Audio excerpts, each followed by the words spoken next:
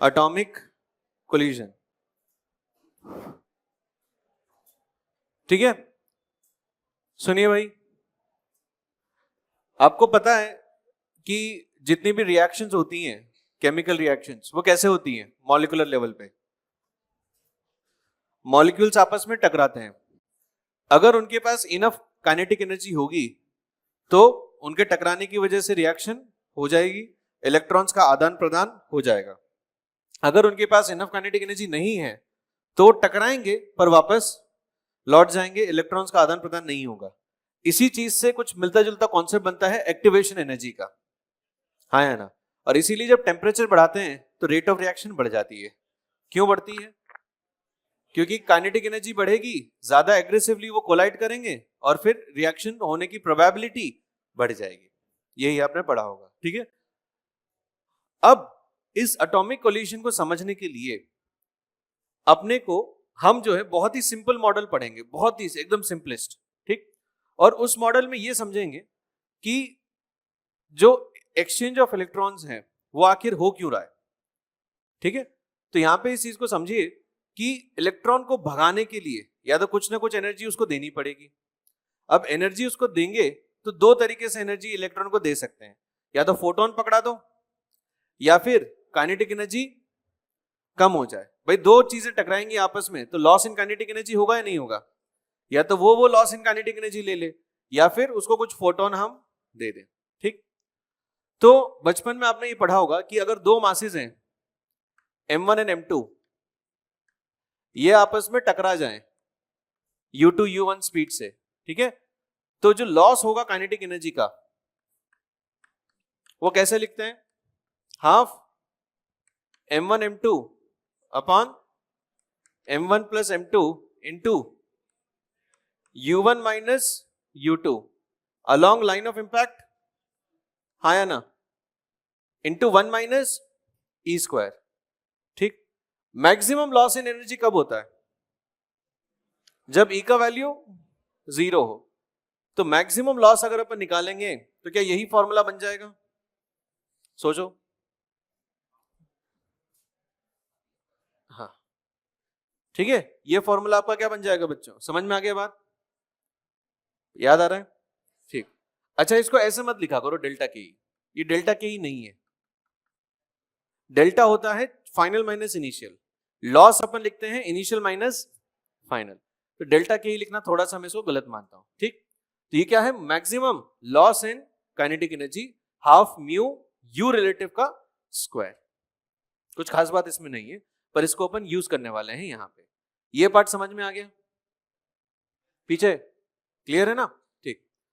तो इस इक्वेशन का मतलब क्या है? इस इक्वेशन का मतलब ये है कि जो भी लॉस होगा काइनेटिक एनर्जी का वो या तो 0 हो सकता है या फिर कितना हो सकता है बच्चों? हाफ, या फिर वो हो सकता है मैक्सिमम काइनेटिक एनर्जी लॉस। इसके बीच में ही चीजें लाई करेगी हमेशा। इस इक्वेशन का मतलब क्या है कि आपके पास जेब में 10 रुपए है तो आप 0 से लेके 10 तक कितना भी खर्चा कर सकते हैं। 10 रुपए होने का मतलब क्या ये है कि 10 ही खर्च कर दोगे? नहीं, 5 की जरूरत होगी तो 5 खर्च होगा, 4 की जरूरत होगी तो 4 खर्च होगा। बात समझ रहे हो मेरी? पक्का क्लियर है? ठीक है। ये अब ये कॉन्सेप्ट इधर कैसे यूज होगा उसको देखते हैं।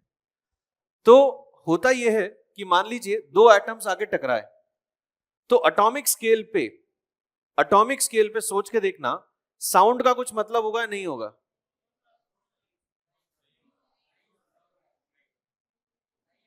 एटॉमिक स्केल पे साउंड का मतलब, क्योंकि साउंड खुद बनता है बहुत सारे पार्टिकल्स लॉन्गिट्यूडनल वेव्स होना है, मॉलिक्यूल्स बहुत सारे लॉन्गिट्यूडनल वेव बनाए, तो एक दो पार्टिकल में कहीं की वेव कुछ नहीं है, तो साउंड का तो मतलब है नहीं। क्या एटॉमिक स्केल पे हीट का कुछ मतलब है? नहीं, क्योंकि हीट भी क्या होता है? Conduction convection. भाई दो सरफेस आके टकराए, मैक्रोस्कोपिक सरफेस आके टकराए तो ये कुछ गर्म हो जाते हैं। अगर गर्म होंगे मतलब जो लॉस इन काइनेटिक एनर्जी है वो कहां गई? या तो हीट में गई या फिर साउंड में चली गई। अरे हाँ या ना? एटॉमिक स्केल पे हीट का कोई मतलब नहीं होता। सोचो, सोच के देखो, एटॉमिक स्केल पे हीट का कोई मतलब नहीं होता। जैसे मान लो अपन पानी गर्म करते हैं, तो पानी गर्म कैसे होता है? नीचे से आग आती है, पानी के जो गर्मा गर्म मॉलिक्यूल्स है वो ऊपर कोलिजन करते हैं तो एनर्जी ट्रांसफर करते हैं। इस तरीके से एनर्जी ट्रांसफर हो रही है, हीट फ्लो हो रहा है। पर यहां पे हीट फ्लो कैसा होगा एटॉमिक स्केल पे? कोई गर्म होगा क्या वहां पे? नहीं होगा। बात समझ रहे हैं मेरी? क्योंकि एटॉमिक स्केल पे टेम्परेचर जैसा कुछ डिफाइन होता ही नहीं है। कभी सुना है temperature of an atom, temperature of an electron? सुना है कभी? नहीं सुना ना, ऐसा कुछ होता ही नहीं है। ठीक है, तो वहां पे न तो हीट का कोई मतलब है, न साउंड का कोई मतलब है, न ही फ्रिक्शन जैसे लॉसेस का कोई मतलब है। सारे फोर्सेस इलेक्ट्रोमैग्नेटिक फोर्सेस हैं, इसके अलावा एटम के पास और कुछ भी नहीं है। बात समझ गए मेरी? तो लिखिए, at atomic level, at atomic level, at atomic level heat, sound or friction, heat, sound or friction do not have any meaning. Heat, sound or friction do not have any meaning. ठीक है, तो अब यहां पे atom के पास बड़ी दुविधा है भाई। अपने मैक्रोस्कोपिक लेवल पे तो अपन कुछ भी कोलिजन कराते हैं तो दो चार तरीके से एनर्जी इधर उधर चली जाती है। एटॉमिक स्केल पे अगर मुझे एनर्जी लूज करनी है तो क्या तरीका है? सोच के देखो, हीट में नहीं जा सकती, साउंड में नहीं जा सकती, तो क्या करेगी? या तो एटम को आयोनाइज कर देगी या इलेक्ट्रॉन को एक्साइट कर देगी। इसके अलावा और कोई तरीका ही नहीं है। भैया एनर्जी तो कंजर्व्ड है ना, अगर एनर्जी कंजर्व्ड है तो मैं एनर्जी भेजूंगा कहां पे? कोई लेने वाला भी तो तैयार हो। नहीं समझ में आया? ठीक है, तो जो लॉस इन काइनेटिक एनर्जी है वो किस में यूटिलाइज की जा सकती है? या तो एटम को आयोनाइज कर दो या उसके इलेक्ट्रॉन्स को एक्साइट कर दो। लिखिए, the loss in kinetic energy, the loss in kinetic energy can be used, the loss in kinetic energy can be used to excite or ionize, to excite or ionize an atom, to excite or ionize an atom. बात समझ में आ गई? ठीक है, clear है? अब इसको हम समझते हैं एक एग्जाम्पल के थ्रू। वो एग्जाम्पल बढ़िया एग्जाम्पल है, 4 केस अपन उसमें लेंगे और चारों एग्जाम्पल्स को एक ही झटके में समझ लेंगे। ठीक, देखिए मैं एकदम सिंपलेस्ट केस ले रहा हूं। सिंपलेस्ट केस में मैं एक तो लूंगा न्यूट्रॉन। ये क्या है बच्चों? न्यूट्रॉन। न्यूट्रॉन इसलिए ले रहा हूं, और दूसरा मैं लूंगा हाइड्रोजन एटम। ठीक है, दूसरा क्या ले रहा हूं? Hydrogen atom at rest. और ये कौन सी स्टेट में है? ग्राउंड स्टेट में है। कौन सी स्टेट में है? ग्राउंड स्टेट में। इलेक्ट्रॉन आराम से घूम रहे, रेस्ट पे है। ये न्यूट्रॉन है। ठीक है, तो ये बताओ कि जो मास ऑफ न्यूट्रॉन होगा क्या वो approximately mass of hydrogen atom के बराबर होगा? ठीक है भाई, न्यूट्रॉन का मास जो होता है ना, और जो प्रोटॉन का मास है उसमें बस 2.5 इलेक्ट्रॉन के मास का डिफरेंस है। बात समझ में आ रही है? Mass of neutron minus mass of proton is approximately 2.5 times mass of electron. तो अपन प्रोटॉन और न्यूट्रॉन के मास को ऑलमोस्ट सेम मान सकते हैं, क्योंकि इलेक्ट्रॉन का मास कितना होता है? बहुत ही कम होता है, तकरीबन 2000 गुना कम होता है प्रोटॉन न्यूट्रॉन के मास से। तो आप उसको एकदम क्या कर सकते हैं? इग्नोर कर सकते हैं। और हाइड्रोजन एटम का मास और न्यूट्रॉन का मास क्या मान सकते हैं? सेम मान सकते हैं। कोई दिक्कत वाली बात नहीं? ठीक, न्यूट्रॉन जो है किसी काइनेटिक एनर्जी से चलता हुआ आ रहा है, और किससे हेड ऑन कोलिजन करने वाला है? हाइड्रोजन एटम से हेड ऑन कोलिजन करने वाला है। ठीक है, मैंने यहां पे न्यूट्रॉन जानबूझ के लिया, क्योंकि अगर मैं इधर भी हाइड्रोजन एटम ले लेता तो फिर इन दोनों के कोलिजन में कोई भी एक्साइट हो सकता था। तो मैं बस अभी आपको कैलकुलेशन समझाना चाहता हूं, इसलिए मैंने यहां पे क्या लिया है? न्यूट्रॉन, जिसके पास कोई इलेक्ट्रॉन नहीं है। तो अगर एक्साइट होगा तो बस कौन होगा? ये होगा। अगर इसको हाइड्रोजन ले लेता, हीलियम प्लस ले लेता, तो इन दोनों की कोलिजन की वजह से कोई सा भी एक्साइट हो जाता तो मल्टीपल केसेस बनते। समझ रहे हैं बात को? इसलिए हम क्या ले रहे हैं, एकदम सिंपलेस्ट केस ले रहे हैं जिसमें ये तो न्यूट्रॉन है और ये क्या है, एटम है, बस यही एक्साइट होगा, इसके एक्साइट होने के चांसेस नहीं है। कहानी क्लियर अब तक? ठीक, सुनिए, हमें बताना है type of collision, guess the type of collision, guess the type of collision if K is let's say 13.6 तो होता ही है 13.8 electron volt, if K is 20.4 electron volt, if K is 21 electron volt, ठीक है, if K is 24.18 electron volt. Type of collision का मतलब कि जो E बताना है कि E कैसा होगा, परफेक्टली इलास्टिक, परफेक्टली प्लास्टिक या फिर इनइलास्टिक, हमें उन चीजों के बीच में आपको बताना है कि E का वैल्यू क्या होगा। सवाल समझ में आ गया? पक्का क्लियर है ना बात? ठीक, चलिए अब ध्यान दीजिए, आराम से लिख लेना, पहले सॉल्यूशन इसका देख लो कि होगा कैसे। सबसे पहले अपन निकाल लेते हैं कि कौन कौन सी, मतलब एनर्जी लॉस मैक्सिमम कितना पॉसिबल है। भाई ये जो इक्वेशन आती है, ये इक्वेशन दो तरीके से आती है, एक तो अपन करते हैं कंजर्वेशन ऑफ लीनियर मोमेंटम, ठीक, मतलब यहां पे एक्सटर्नल फोर्स नहीं मानते हैं तो velocity of centre of mass को क्या माना जाता है, कांस्टेंट। सोच के देखो, COLM और कुछ नहीं है, velocity of centre of mass constant रहती है। सोच के देखो, अगर VCM कांस्टेंट है मतलब सेंटर ऑफ मास की काइनेटिक एनर्जी कांस्टेंट है, हाँ या ना? तो मतलब अच्छा वो पढ़े हो क्या कि काइनेटिक एनर्जी क्या होती है, kinetic energy of centre of mass plus kinetic energy about centre of mass, ठीक है। तो उसमें जो अबाउट सेंटर ऑफ मास वाली काइनेटिक एनर्जी बस वही कन्वर्ट हो सकती है, सेंटर ऑफ मास की काइनेटिक एनर्जी कन्वर्ट नहीं हो सकती, ठीक। तो यहां पे देखिए मैक्सिमम लॉस कितना होगा, maximum loss in kinetic energy बताओ कितना होगा, हाफ। दोनों का मास कितना मान रहे हैं, m1 m2 अपन m1 प्लस m2, और बस एक ही चल रहा है, दूसरा तो रेस्ट पे है, तो ये कितना बन गया, हाफ हाफ mv स्क्वायर, ठीक है। और ये जो mv स्क्वायर है क्या ये काइनेटिक एनर्जी ऑफ न्यूट्रॉन है, half kinetic energy of neutron. तो इसे क्या मैं k/2 लिख सकता हूं, हाँ या ना? मतलब वो k काइनेटिक एनर्जी से आ रहा है, अगर न्यूट्रॉन k काइनेटिक एनर्जी से आ रहा है तो इस कोलिजन में मैक्सिमम एनर्जी लॉस कितना पॉसिबल है, k/2 पॉसिबल। अपने को क्या लगता है कि पूरी की पूरी जा सकती है, ऐसा नहीं होता। जब आप कोलिजन पहली बार पढ़े होंगे जीवन में तो आपको क्या लगता होगा कि यार सारी एनर्जी खत्म हो सकती है।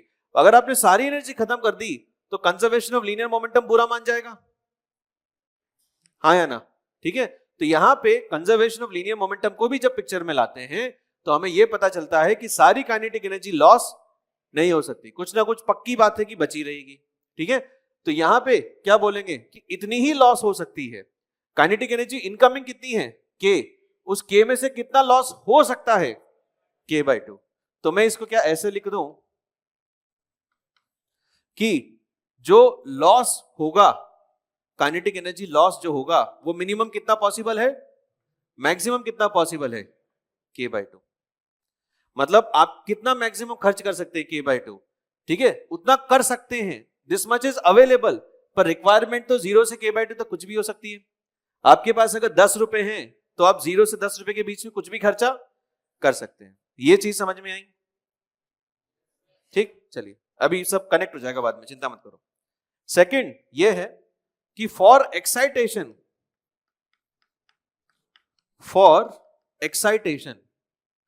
How much is required, for excitation energy required बताइए कितनी होगी, फॉर एक्साइटेशन एनर्जी रिक्वायर्ड कितनी होगी बताइए। या तो 0 मतलब एक्साइट हो ही ना, 0 के बाद 10.2, 10.2 के बाद 12.09, इसके बाद कोई बताएगा? 13.6 माइनस करो, फोर्थ ऑर्बिट की एनर्जी कितनी होती है? ये तो होगी सेकंड, थर्ड, फोर्थ ऑर्बिट की एनर्जी 0. हाँ तो 13.6 माइनस 0.85,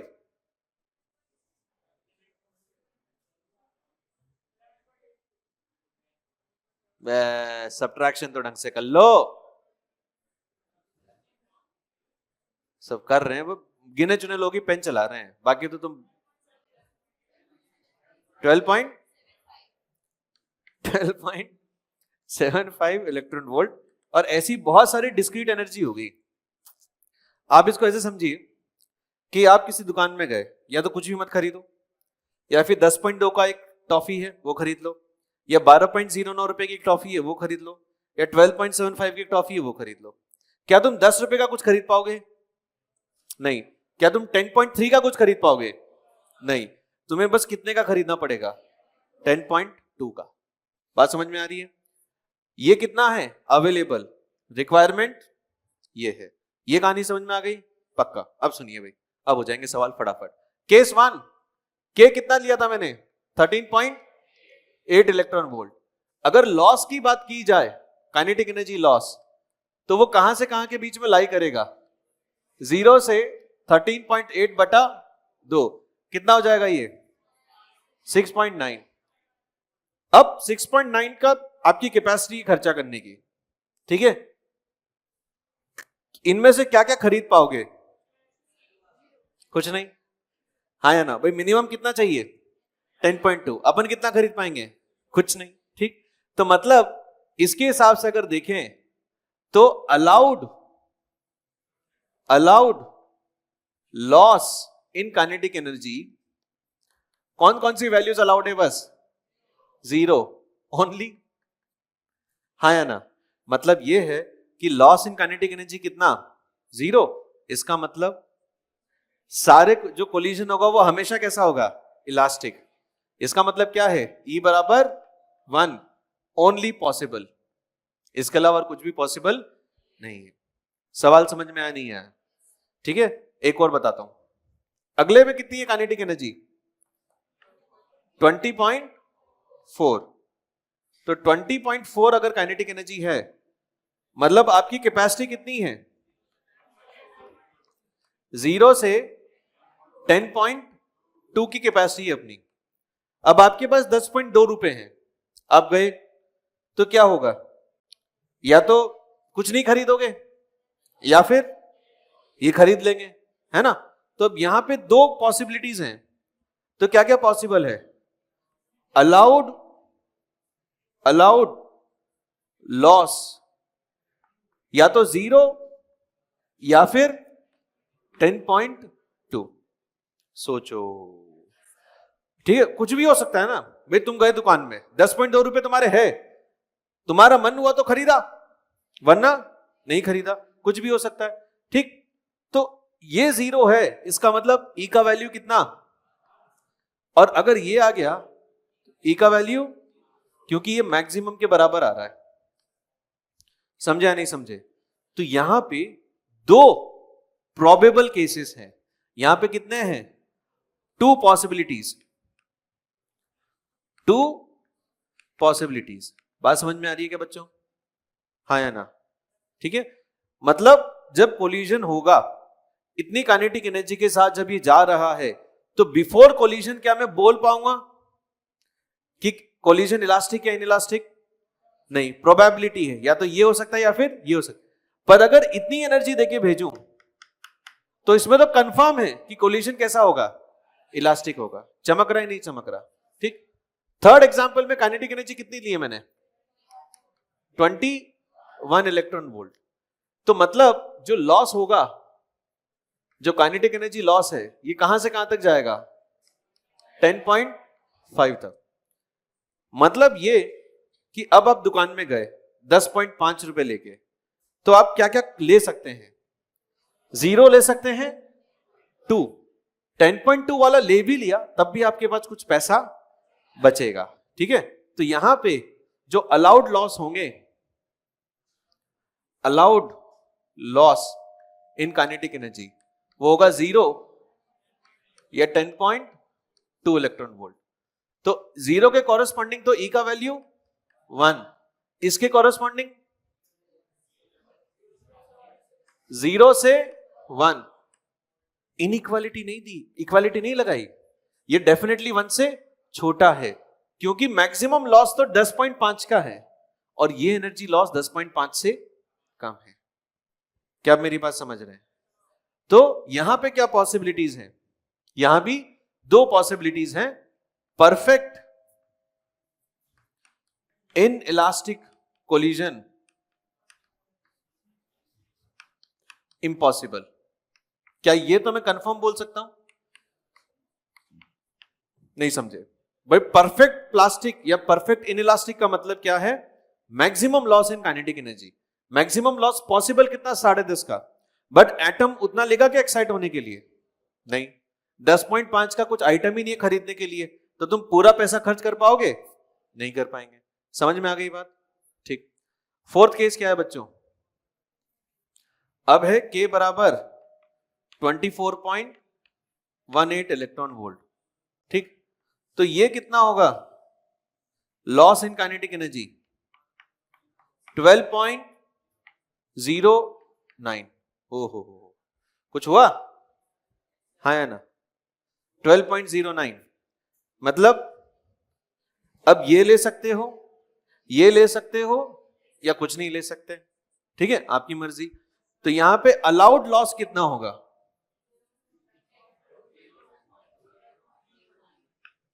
0 या 10.2 या 12.09। अगर 0 लिया तो E का वैल्यू कंफर्म, अगर ये लिया तो E का वैल्यू 0 से 1, अगर ये लिया तो E का वैल्यू कंफर्म 0। मतलब फोर्थ केस में तीनों टाइप के कोलिजन पॉसिबल है। बात समझ में आई?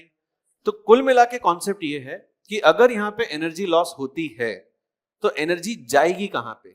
हीट नहीं है, साउंड नहीं है, फ्रिक्शन नहीं है, तो एनर्जी कौन लेगा? एक्साइटेशन। बात समझ में आ गई? ठीक। मान लो अगर यहां पे एनर्जी जो है, एक और केस ले लो, के का वैल्यू मैं ले लेता हूं मान लो 28 वोल्ट। ठीक है, तो मैक्सिमम लॉस कहां से कहां तक जाएगा? 0 से 14 इलेक्ट्रॉन वोल्ट। मतलब अगर इसमें से 13.6 इलेक्ट्रॉन वोल्ट भी है तो वो इसको क्या कर सकता है? आयोनाइज तक कर सकता है। बात समझ रहे मेरी? अगर एनर्जी इतनी ज्यादा है तो हाइड्रोजन एटम की आयोनाइज होने के भी चांसेस हैं। कंफर्म आयोनाइज हो जाएगा ये जरूरी, क्योंकि वो पहले स्टेट में भी जा सकता है, दूसरे में भी जा सकता है, मल्टीपल पॉसिबिलिटीज है। क्या एटॉमिक कोलिजन समझ में आया? बस इतना ही है, खत्म, सारे केस हो गए। ठीक है, कोई डाउट है तो पूछो।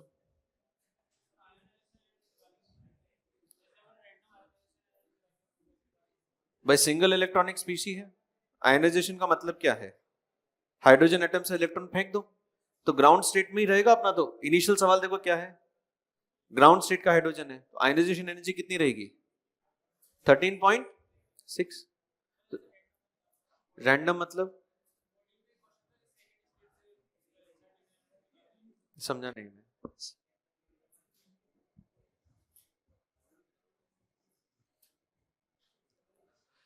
भाई समझ में आ गया ना एटॉमिक कोलिजन? ठीक है, जेई मेन में एक्सरे थोड़ी ना हटा है, एक्सरे तो है ना, एक्सरे तो है।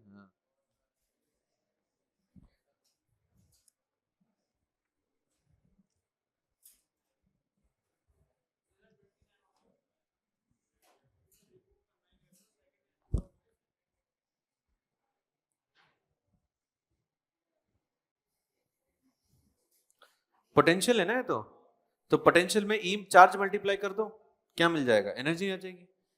The energy required to remove an electron from second orbit. अच्छा, तो मतलब भाई एनर्जी, आयनाइजेशन एनर्जी क्या होती है? डेफिनेशन, एनर्जी कितना मिनिमम एनर्जी दें कि इलेक्ट्रॉन एटम छोड़ के भाग जाए? तो फर्स्ट से भगाना है तो 13.6, सेकंड से भगाएंगे तो 3.4। एक तरीके से बाइंडिंग एनर्जी है ना इलेक्ट्रॉन को फ्री करने के लिए, वही चीज है। ठीक है, ठीक है। इस सवाल में कोई डाउट है तो कोई पूछ लीजिए। इसका कहीं तो मैंने जेईई मेन में सवाल देखा हुआ है, एटॉमिक कोलिजन पे आ सकता है।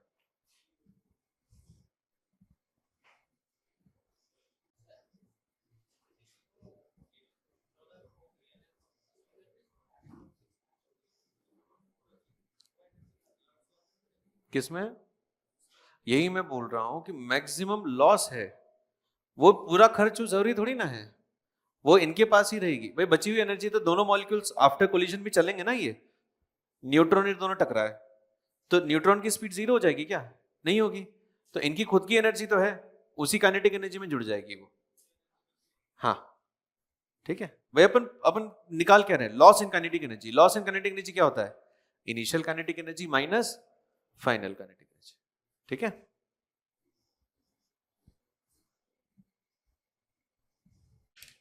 ठीक है। तो यहां पे तो बस हम ये प्रिडिक्ट कर सकते हैं कि पॉसिबिलिटी देखी है, मैं यहां पे प्रोबेबिलिटी की बात नहीं कर रहा हूं। मतलब कौन सा कोलिजन ज्यादा प्रोबेबल होगा, मैं उसके बारे में नहीं कर रहा हूं। बस क्या देख रहे हैं हम? पॉसिबिलिटी। बात समझ में आ रही है? प्रोबेबिलिटी के बारे में कोई सवाल नहीं पूछेगा। ठीक है, कि भाई ऐसे अगर 100 कोलिजन मैंने करवाए तो 100 में से कितने कोलिजन ये होंगे, कितने कोलिजन ये होंगे, कितने कोलिजन ये होंगे। ये तो काम किसका है? प्रोबेबिलिटी का। वो हमें नहीं पढ़ना। ठीक है, हाँ लिखा तो नहीं हुआ, पर फिर भी मेरा मन नहीं मान रहा कि मैं छुड़वा दूं। मैं सोच रहा हूं पढ़ा ही देता हूं। लिखा नहीं हुआ, पर मैंने कहीं तो सवाल देखा था। पढ़ लेते ना साथ में ही, क्या मतलब कितना टाइम लगा? 15-20 मिनट लगे बस। क्या हुआ? तो भाई यहां पे बच्चों वेरिएशन, वेरिएशन में क्या हो सकता है? वो एक न्यूट्रॉन को फेंक सकते हैं हीलियम प्लस पे। वो न्यूट्रॉन को किस पे फेंक सकते हैं? हीलियम प्लस पे। तो मैक्सिमम लॉस कितना होगा? Half m 4m by m plus 4m into v minus 0 का स्क्वायर। तो ये बनेगा 4/5 हाफ mv स्क्वायर।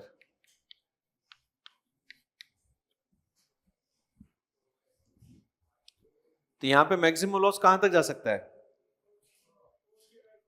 4/5 k तक जा सकता है। ठीक है, और फिर जो एनर्जी ऑर्बिट की होगी, क्योंकि ये हीलियम प्लस है, हीलियम प्लस के लिए z कितना होगा? 2। तो ये जो पूरा एनर्जी रिक्वायर्ड है ये कितना हो जाएगा आपका? 0। 10.2 को 4 से मल्टीप्लाई कर देंगे, 40.8 इलेक्ट्रॉन वोल्ट्स। ठीक है, और 12 किससे मल्टीप्लाई होगा? 4 से, 48.36 इलेक्ट्रॉन वोल्ट्स। इस तरीके से बात समझ में आ रही है? कैलकुलेशन कैसे बदल जाएगी? बस ये एनर्जी z स्क्वायर के प्रोपोर्शन में होती है ना, तो हीलियम प्लस में z की पावर 2 मल्टीप्लाई हो जाएगी बस।